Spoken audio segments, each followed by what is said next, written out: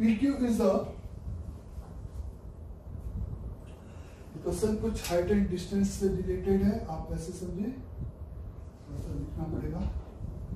PQ is a tower, the standing on a horizontal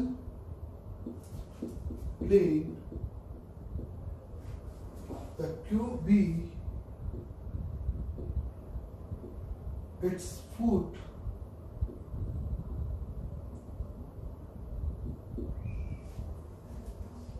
A and B, capital A and B are simply 2 points on a plane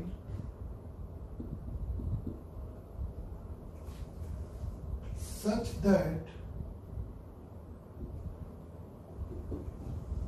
angle QAB is equal 90 degree and length AB is equal to 40 feet and chord of angle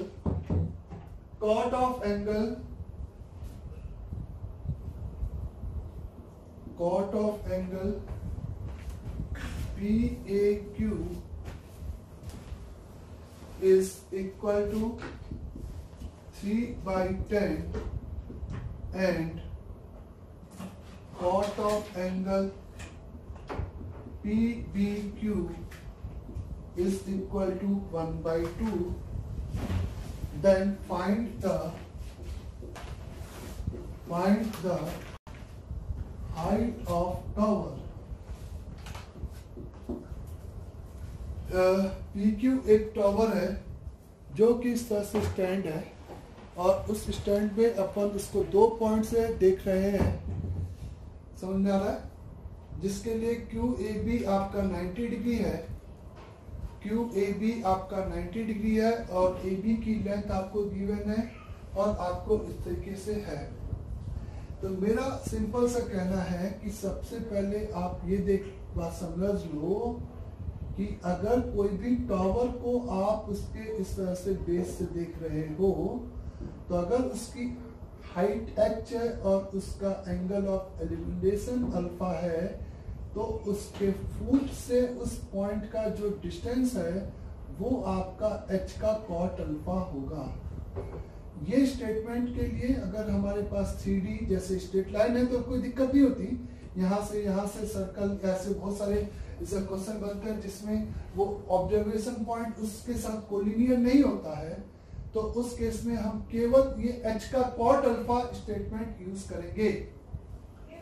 कहने का मतलब कि इस plane में आप ये समझो कि Q एक पॉइंट है जिससे टावर आउटसाइड आपका बाहर निकला हुआ है, A और B इसमें 2 पॉइंट है जिसके लिए QAB आपका राइट एंगल ट्रायंगल है, मीन्स QAB यानी कि A यहाँ पर है और B आप मान लो कि यहाँ पर है बच्चे कहीं पे भी, QAB आपको 90 डिग्री इस पर दे रखा है तो आपने 90 डिग्री प्लॉट कर दिया। सिंपली AB आपको 40 दे रखा है इस फिगर में, AB 40, आप ये समझो कि टावर आउटवर्ड है, केवल आप foot point of the tower को इस प्लेन में प्लॉट कर रहे हो, समझ में आ रहा है। A और B Q के साथ कोलिनियर नहीं है, ऑब्जर्वेशन पॉइंट इस तरह से है तो आप केवल फुट बनाओ, टावर का पूरा टावर बनाने की जरूरत नहीं है, बस एंगल ऑफ एलिवेशन से आप उसको h का कॉट अल्फा से डिनोट करो। आपको ये PQ टावर है, PAQ यानी कि ये P है, PAQ यानी कि ये एंगल ऑफ ऑब्जर्वेशन है यहाँ से A से, जिसके कॉट का एंगल 3/10 है। तो आप ऐसे फील करो कि अगर उस टावर की हाइट h है तो इसका मतलब ये h का कॉट ऑफ दिस एंगल होगा, तो ये h ऑफ 3/10 इस तरह से लेंथ आ जाएगी। यहाँ पे इस B पर जो सबटेंडेड एंगल है PQB, B बीच में, यानी कि आप समझ सकते हो कि ये जो लेंथ हो जाएगी यानी कि ये एंगल आपका एंगल ऑफ ऑब्जर्वेशन हो गया, तो ये आपकी सिंपली यहाँ पे h/2 लेंथ हो जाएगी। अगर h इज सिंपली अपन ने height of the tower assume कर रखा है। h सिंपली यहाँ पे हाइट ऑफ द टावर है। तो इस तरीके से आपने टावर का फुट बनाया और ऑब्जर्वेशन पे अगर एंगल थीटा सबटेंड हो रहा है तो उस फुट और ऑब्जर्वेशन के बीच का जो डिस्टेंस है वो आपका h का कॉट अल्फा हो गया, h का कॉट अल्फा हो गया। तो h का कॉट अल्फा, ये अल्फा और बीटा थे तो h का कॉट अल्फा, h का कॉट बीटा हो गया। तो ये सिंपली आपका एक क्या हो गया, यहाँ पे राइट एंगल ट्रायंगल है। तो आपको h निकालना है तो एज अ कॉमन सेंस है कि आप यहाँ पे पाइथागोरस लगाओगे। तो आप लिख सकते हो h स्क्वायर डिवाइडेड बाई 4, इसका square minus is a 9h square divided by is a 100 is equal to 100 is equal to 1600। तो 425 minus 9 16, तो 16 into h square upon 100 is equal to the 16 का स्क्वायर। तो h की value आपके पास 100 feet आ जाएगी। Is simply ये आपका is calculation है। तो इस तरीके से आप बोल सकते हो आपके पास वैल्यू कितनी हो जाएगी, इज 100 फीट आंसर इसका हो जाएगा। आया समझ में? तो इज ऑब्जर्वर और फीट ऑफ द क्या कहते हैं, फीट ऑफ द टावर्स के बीच का जो डिस्टेंस होगा वो सिंपली h का कॉट अल्फा से हम रिप्रेजेंट करेंगे। हम h को रिप्रेजेंट नहीं कर रहे, हम इसमें h को रिप्रेजेंट ही नहीं कर रहे, हम टावर्स को पॉइंट टावर मान के वहां पे उस ऑब्जर्वर और उसके बीच का जो डिस्टेंस है वो सिंपली किसके बराबर कर दे रहे हैं, बोले इसके h के कॉट अल्फा के बराबर कर दे रहे हैं। नेक्स्ट प्रॉब्लम देखें। A person the stand on in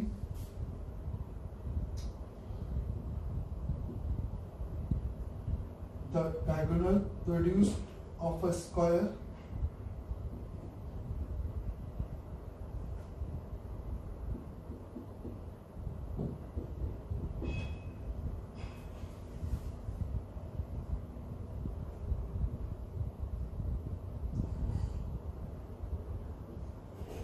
square base of a church tower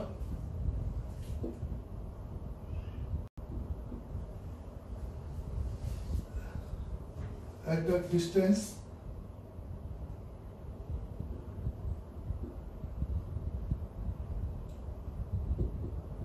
small a from it,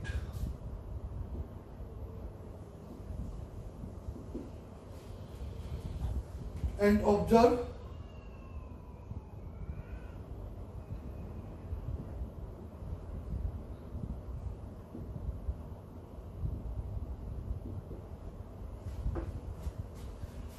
the angle of elevation of each of the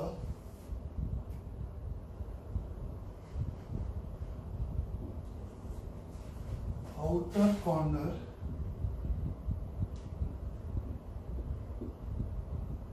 of the top of the tower to be 30 degree while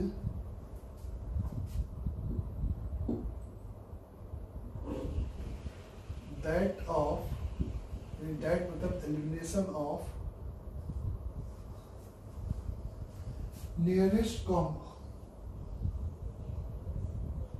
nearest is 45 degree.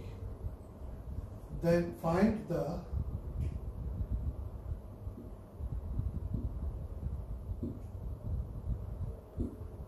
breadth of the square tower.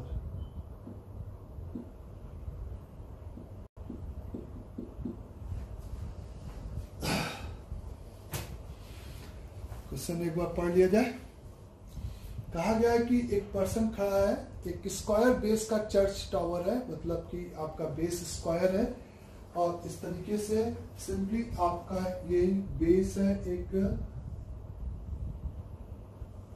इस तरीके से ये outward direction में church खड़ा है। एक आदमी खड़ा है जो कि डायगोनल प्रोड्यूस लाइन पे है, यानी कि अगर इधर से प्रोड्यूस कर दिया जाए तो ये इस तरीके से एक आदमी यहाँ पे खड़ा है।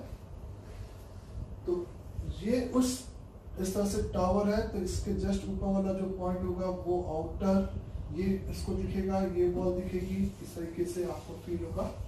और एक कॉर्नर जो इसके जस्ट ऊपर नियरेस्ट आएगा उसकी बात होगी क्वेश्चन में। ऑब्वियस है, आउटर के लिए आपको ये कहा गया है कि ये 30 डिग्री ऑफ एलिमिनेशन है।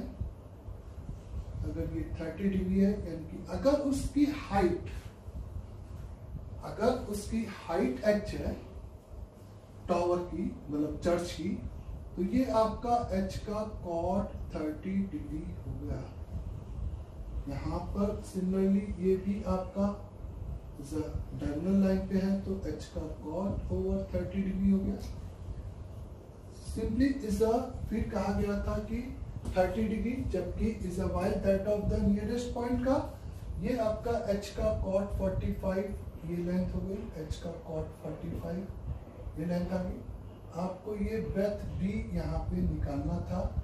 ब्रेथ b यानी कि ये जो स्क्वायर बेस है उसकी चौड़ाई कितनी है, ये आपको फाइंड आउट करना है। क्वेश्चन आई थिंक क्लियर होगा सभी को। तो ये मैंने टावर नहीं बनाया है, ये सिंपल केवल इसका बेस है। अच्छा, एक और इंफॉर्मेशन थी कि इस वाले ये ए बी और सी और ये डी पॉइंट है, और यहाँ से हम ऑब्जर्वर को देख रहे हैं, तो ये पॉइंट आपका P है, तो PB की वैल्यू A है। तो A मतलब H का cot 45 और cot 45 तो आपका सिंपली 1 हो गया, इस पे A डिस्टेंस पे था, तो H की वैल्यू आपके पास A आ गई।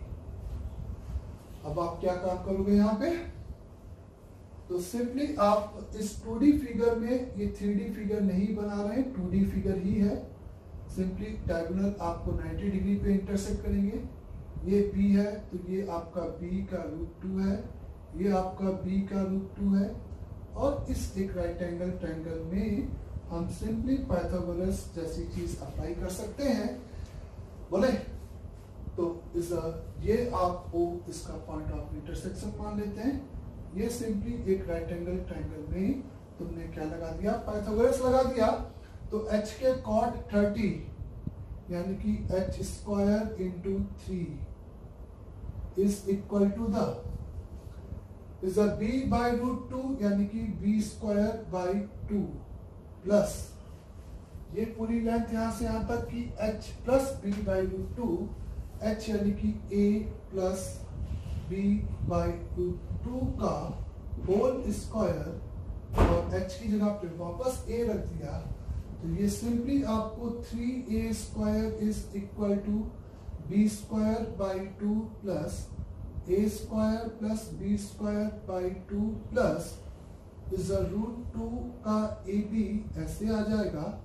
तो ये आपका b स्क्वायर फिर से आपके पास होमोजेनियस इक्वेशन हो गई।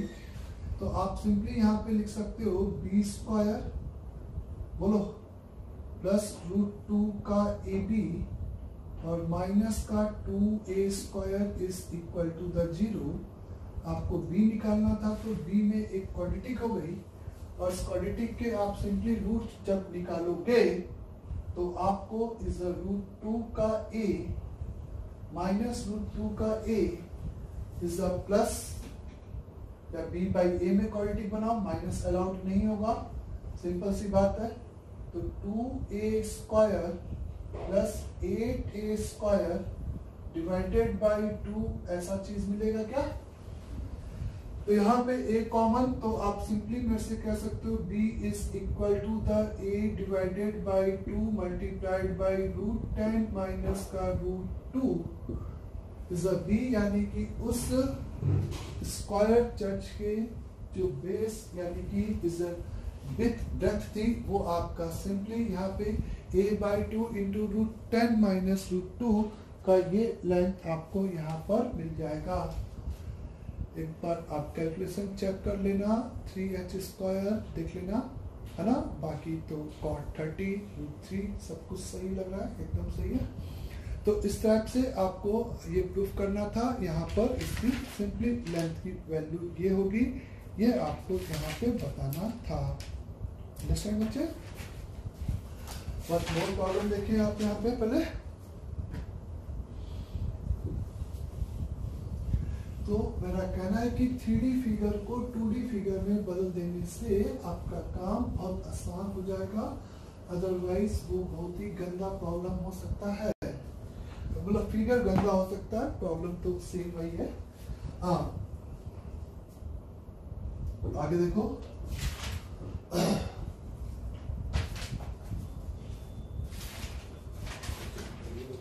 A flag step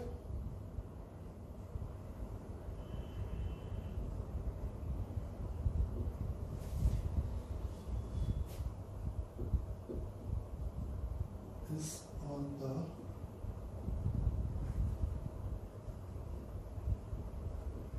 top of tower.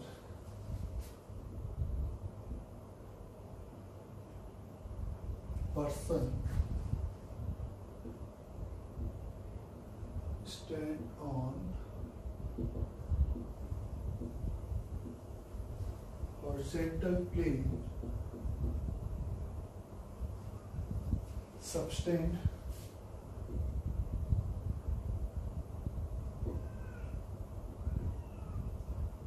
alpha and beta by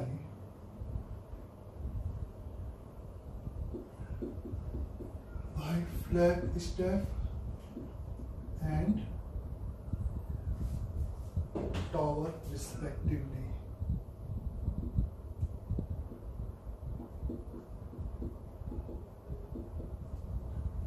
A flag step is on the top of the tower. A person stand on the horizontal plane, subtend alpha and beta by the flag step on its flag step and tower respectively. When he walked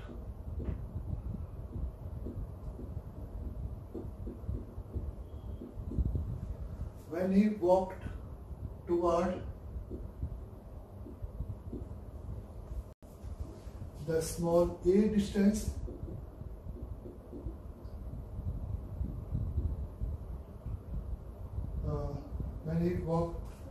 small a distance, the flag step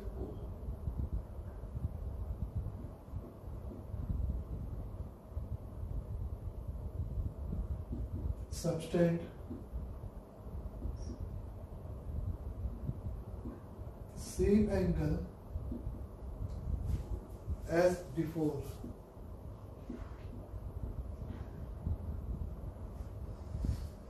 Prove that the height of tower and the length of flag step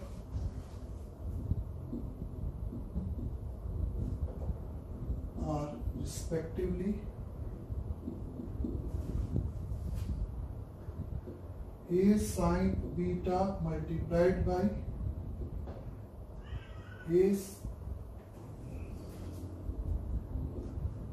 sin beta multiplied by cos over alpha plus beta whole divided by cos over alpha plus 2 beta and a sin alpha divided by cos over alpha plus 2 beta.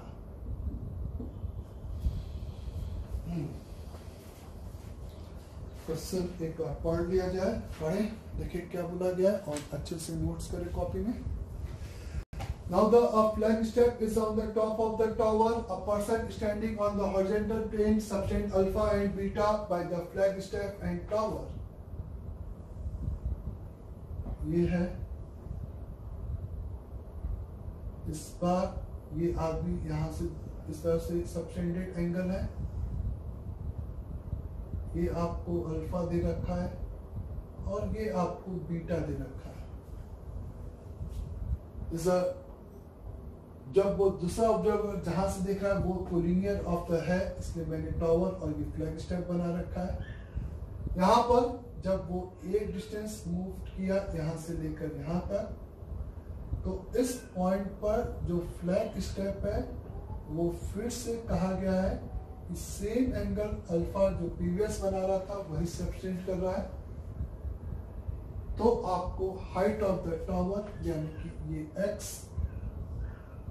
और ये y इस तरीके से prove करना है small a alpha और beta के term में। ये आपके पास अल्फा है, ये आपके पास अल्फा है। करेक्ट सभी को क्वेश्चन यहां तक भी। नाउ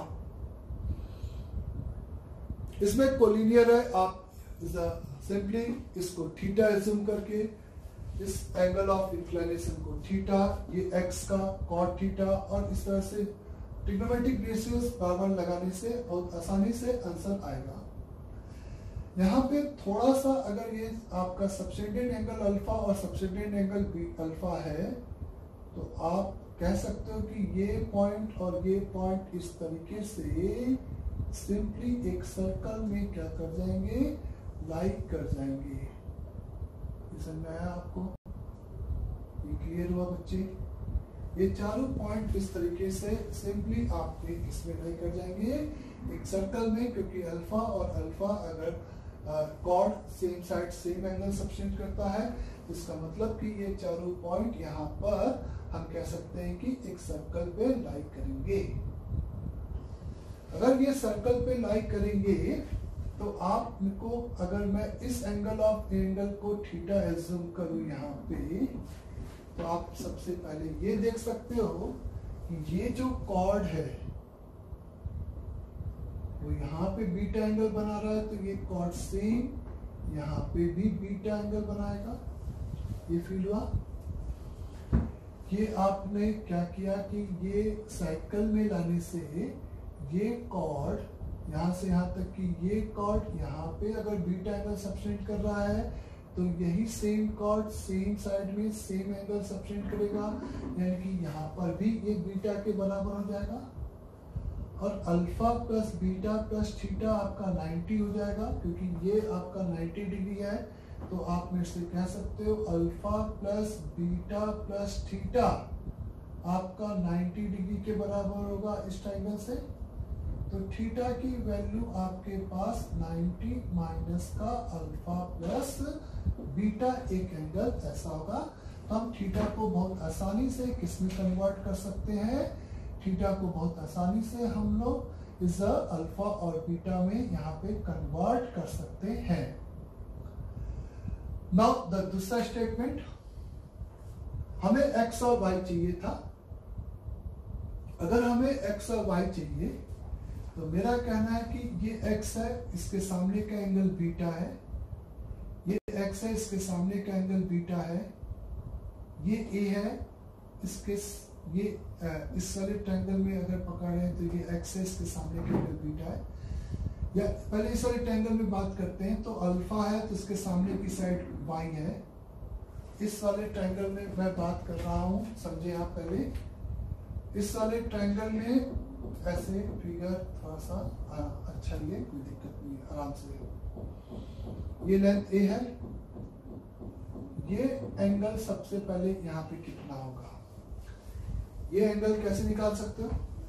ये कॉर्ड यहाँ पे वही एंगल सब्सटेंट करेगा जो कि यहाँ पर एंगल सब्सटेंटेड होगा, और यहाँ पर जो एंगल सब्सटेंटेड होगा वो तुम मेरे से कह सकते हो या सीधे इस पूरे एंगल और इस पूरे एंगल का सम यहाँ पे π/2 होगा। तो ये π/2 दिस प्लस दिस का सम यहाँ पे π/2 होगा। तो ये एंगल आपका π/2 माइनस का अल्फा प्लस का 2 बीटा के बराबर हो जाएगा। इस अल्फा प्लस बीटा और ये एंगल थीटा का सम π/2, तो π/2 माइनस अल्फा प्लस 2 बीटा, इस तरीके से ये एंगल आपके पास आएगा। the small a divided by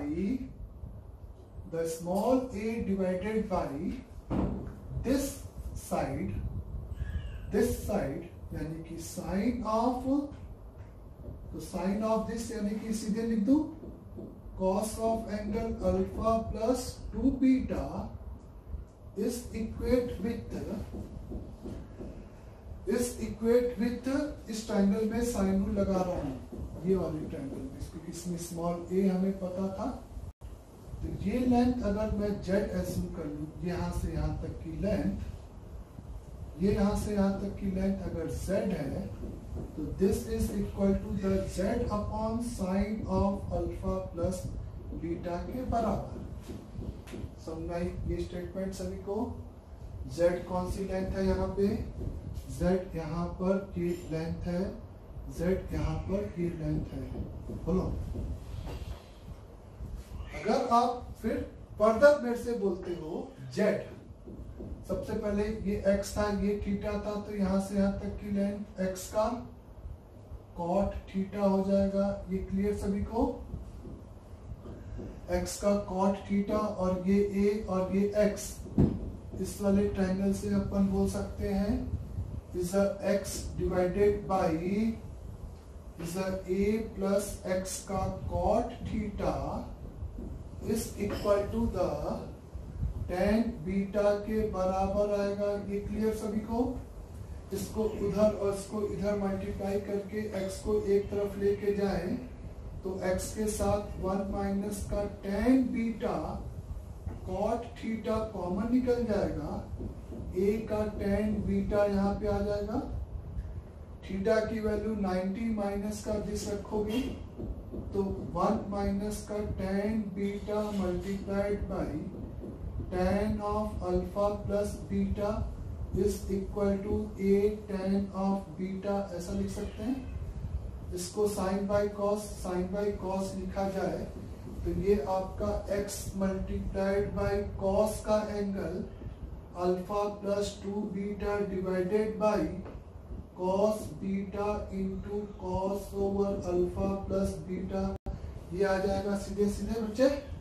बोलो, तो यहां से this is equal to the a sine alpha upon cos sine beta upon cos beta, cos beta cancel, x की value a sine beta into cos alpha plus beta upon this, ये आपका height of the tower यानी कि x की value हैंसपुट हो गई है।